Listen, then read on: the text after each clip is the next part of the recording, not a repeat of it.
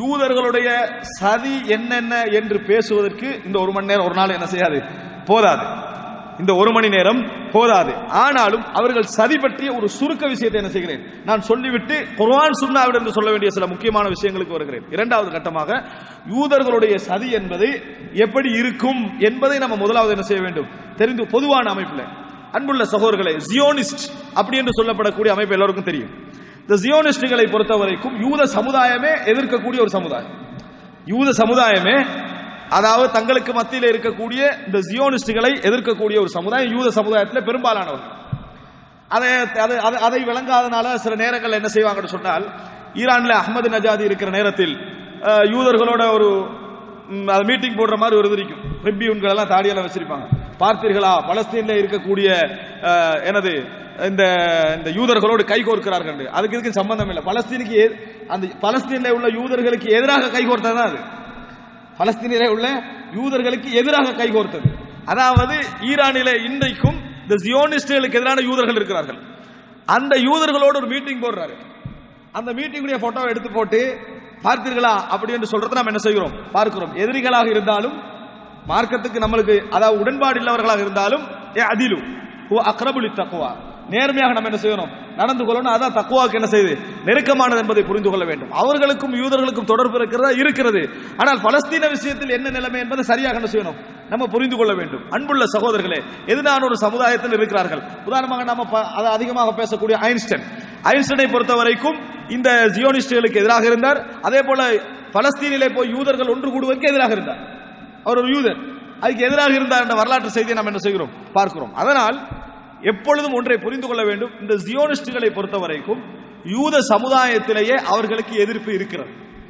ஆனால் உலகளாவிய ரீதியில் யூதர்கள் என்று சொன்னால் ஜியோனிஸ்டுகள் தான் மிகைத்திருக்கிறார்கள்.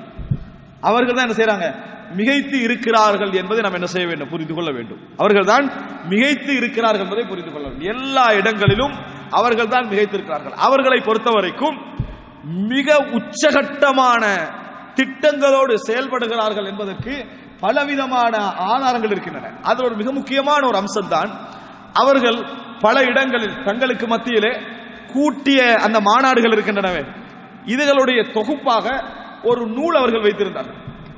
ஒரு நூல் அவர்களுக்கு மத்தியிலே வைத்திருந்தார்கள். அதை அரபுல புரூத்து காலாத்னு சொல்லுவாங்க, புரோட்டோகால்ஸ் அப்படின்னு சொல்லுவார்கள். அதை வைத்திருந்தார்கள். இது ஏதோ அடிப்படையில் என்ன காரணமாகவோ எந்த வகையிலோ இது இந்த கொள்கைக்கு வெளியே உள்ள ஒருவருடைய கைக்கு என்ன செய்கிறது, அதனுடைய ஒரு பிரதி போய்விடுகிறது. போய்விட்ட நேரத்தில் அடையாள நாகத்தின் அறைகூவல் என்ற அடிப்படையில் அது தமிழ்லையும் வந்தது. அந்த கட்டுரை என்ன செஞ்சது தமிழ்லையும் வந்தது, ஆங்கிலத்திலையும் வந்தது. பிரபல்யமான நூலாக அது என்ன செய்தது அறியப்பட்டது. அந்த நூல் என்ன தெரியுமா, புரோட்டோகால்ஸ்.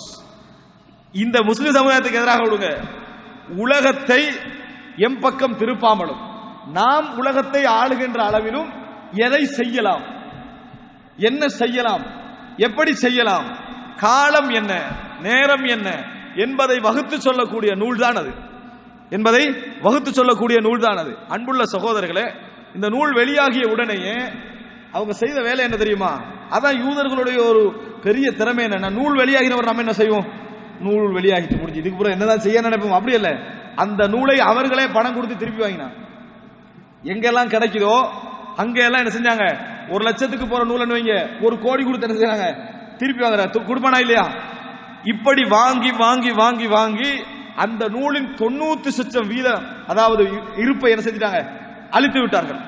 ஆனால் என்றாலும் தப்பிய நூட்கள் என்ன செய்யும் இருக்கும், யார் தேடி எடுப்பா, அந்த லெவலுக்கு என்ன செய்தார்கள், அதை மாற்றினார்கள். அந்த நூலுடைய விஷயங்கள் இன்றைக்கு அரபிலையும் ஆங்கில மொழிகளையும் அவருடைய உள்ளடக்கம் பற்றிய முக்கிய செய்திகள் என்ன செய்கின்றன இருக்கின்றன. அதுல மிக முக்கியமாக இந்த சமுதாயத்துக்கு எதிரான விஷயங்களில் நன்றாக புரிந்து கொள்ளுங்கள், முஸ்லிம்களுக்கு எதிரான விஷயங்கள் என்பது இரண்டாவது.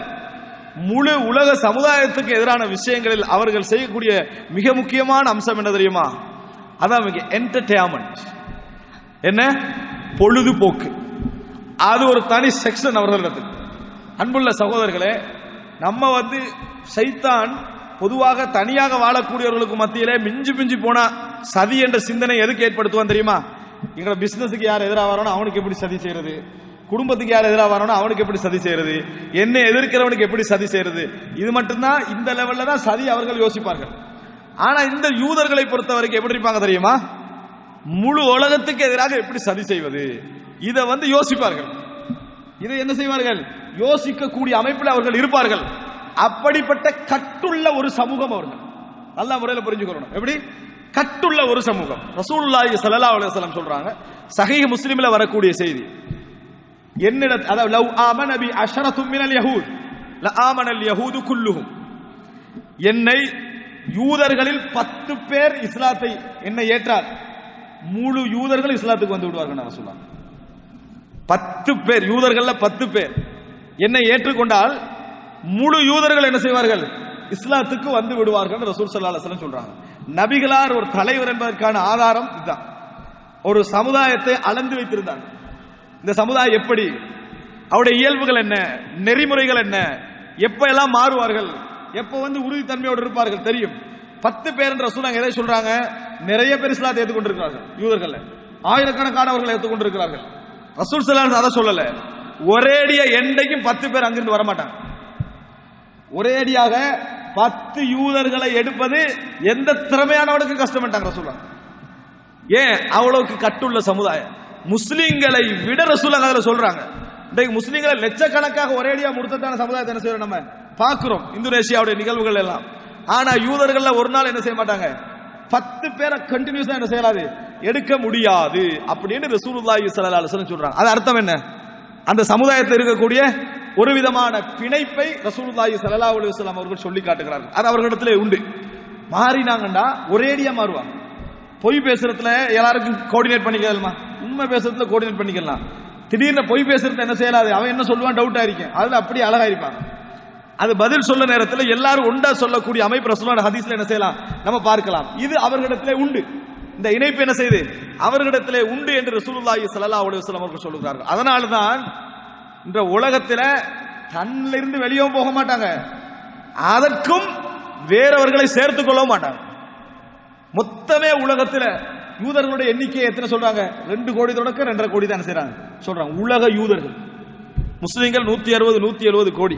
அதுல எங்களை நிறைய பேர் இல்ல 180 கோடி, சர்வதேசம் பொய் சொல்லுது அப்படின்னு. என்ன பிரயோஜனம் கேட்கிறேன்? என்னன்னா எங்கள 170, இன்னும் 10 குறைச்சிட்டாங்க அப்படின்னு. அவன் 2.5 தான். 2.5 விஷயத்துல அவன் எவ்வளவு கவலைப்படாமிக்கிறான், 160 எவ்வளவு கவலைப்படுறான் பாத்தீங்களா? 2.5 விஷயத்தில் அவன் என்றைக்கு இல்ல எங்களை ஒரு 3.5 இருக்குது அப்படி என்று சொல்லி கவலைப்பட்டு எங்கேயா எழுதுறானா? எழுதல.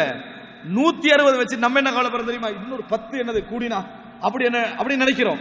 அன்புள்ள சகோதரர்களே, இது எங்கெல்லாம் யூஸ் பண்றோம் அறிவு கட்டத்தனமா. ஒரு நாட்டில் கலவரம் அங்கெங்கெல்லாம் பிரச்சனை வருது.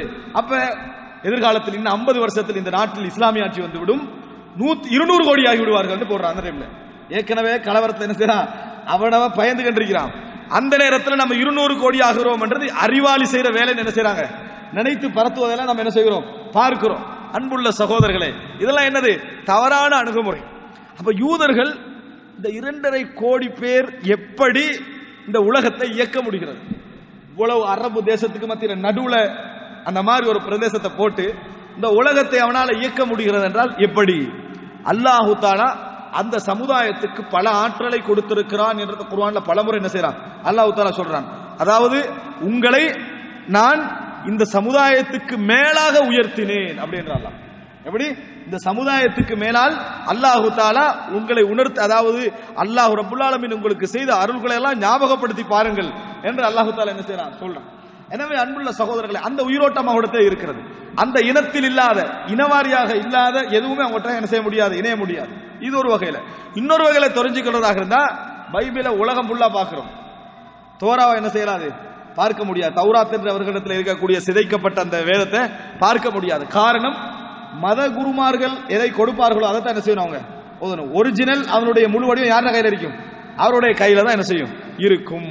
வேதத்துக்கு மிகவும் பாதுகாப்பு உள்ள பொறுப்பாளர்கள் நாம், ஏகபோக உரிமையாளர்கள் நாம். என்ன செய்யறாங்க, அவர்கள் தங்களை சொல்லிக் கொள்வதை என்ன செய்கிறோம், பார்க்கிறோம். அப்படின்னா தனித்துவம் அவர்கள்ட்ட என்ன செய்யும், நிறைய இருக்கும். தனித்துவம் அவர்கள்ட்ட நிறைய இருப்பதை நீங்கள் என்ன செய்யலாம், பார்க்கலாம் இந்த உலகத்திலே.